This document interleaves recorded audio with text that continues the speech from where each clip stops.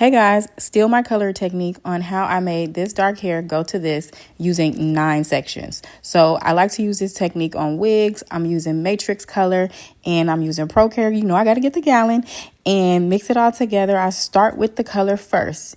What I like to do is I will weave a section. I don't know why I didn't get that part on camera, but you weave medium-sized chunks and then I like to braid everything. So 9 sections, basically 4 on the left, 4 on the right, and 1 in the center.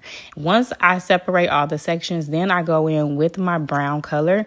Color is going to take longer to process than lightener, so I always like to do that first to make sure that the color doesn't oxidize from sitting there while I'm making the sections, and so other parts aren't under processed. Anytime you're going up the top, you always want to make sure you're doing vertical lines.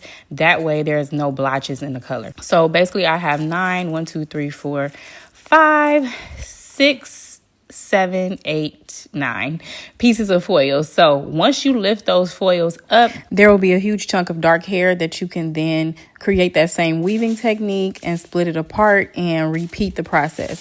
So you multiply, basically you went from 9 sections to now 18 sections.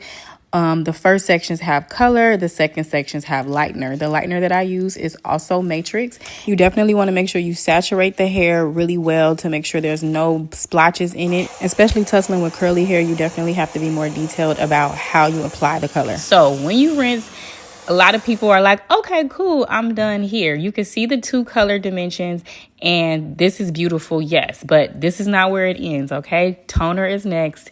And if you don't use toner, I'm just going to say you need to use toner.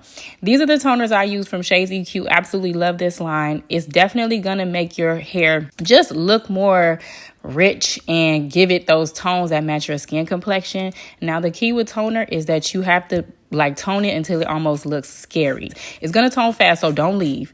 See, this is what it looks like. So now you can see, okay, it's looking a little scary. Don't be afraid because you still have to shampoo it. You have to condition it. So some of that's going to come off. Here's how it looks wet. And then here is how it looks dry. So this technique is great for coloring multiple wigs and creating that sun-kissed multi-dimensional look. If you made it this far, don't get out of here without liking, commenting, and sharing this video so I know the love is real. Bye.